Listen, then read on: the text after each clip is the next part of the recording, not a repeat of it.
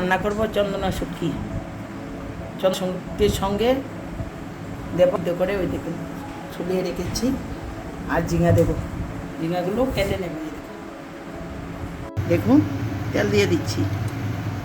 চন্দনা শুটকির জন্য যে সিদ্ধ করে রেখেছিলাম আলুগুলো, এগুলো এখন ভেজে নেব। এর মধ্যে আমি হলুদ দিয়ে দিচ্ছি,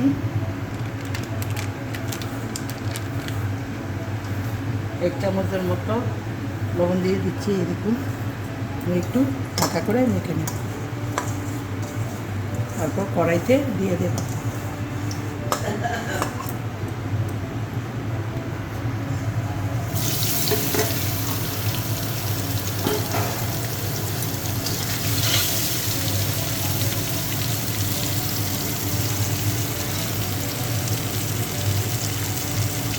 লাল লাল করে ভেজে নেব।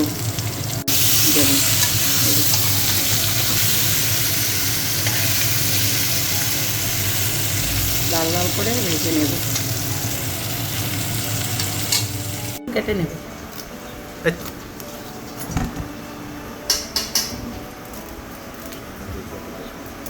এই দেখো এরকম পিস করেছি।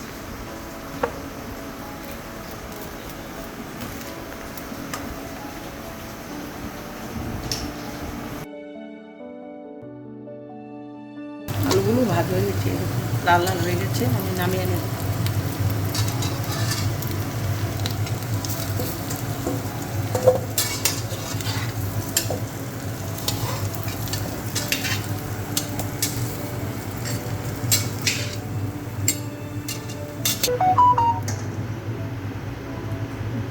কড়াইতে তেল দিয়ে দেব, আমি শুটকিগুলো ভেজে নেব।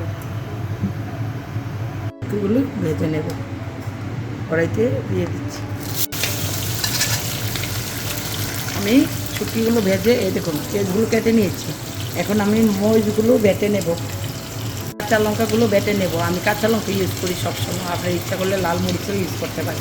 ঠিক আছে, আমি এখন নামিয়ে নেব।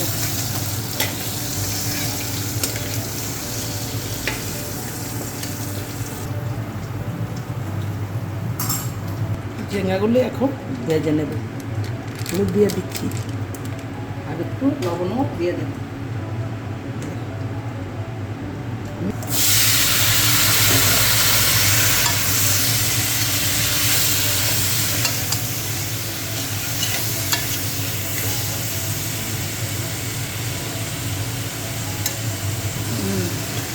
আমি এগুলো একটু ভাজা করে নেব।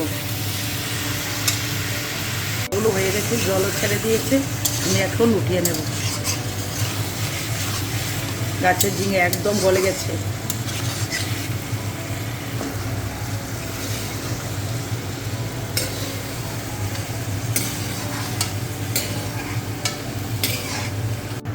একটু তেল দিয়ে দিচ্ছি।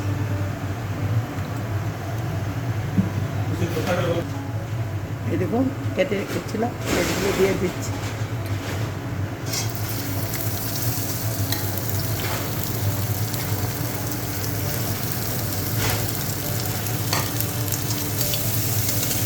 লাল লাল করে ভেজে নেব। পেঁয়াজগুলো হয়নি, আরেকটু ভাজা করব। একদম বাদামি বাদামি কালার করে দেব। পেঁয়াজগুলো হয়ে গেছে, মরিচটা দিয়ে দেব। মরিচটা দিয়ে দেব, ভীষণ ঝাল। ধনে জিরা দিয়ে দিচ্ছি।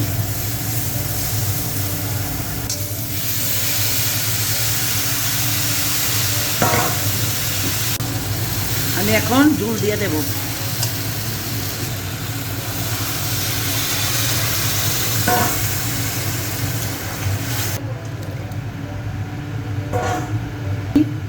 পাঁচ মিনিটের মতো এটাকে সেদ্ধ করে নেব।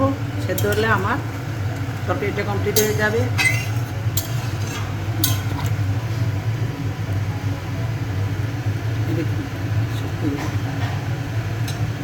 শুটকির রেসিপিটা হয়ে গেছে।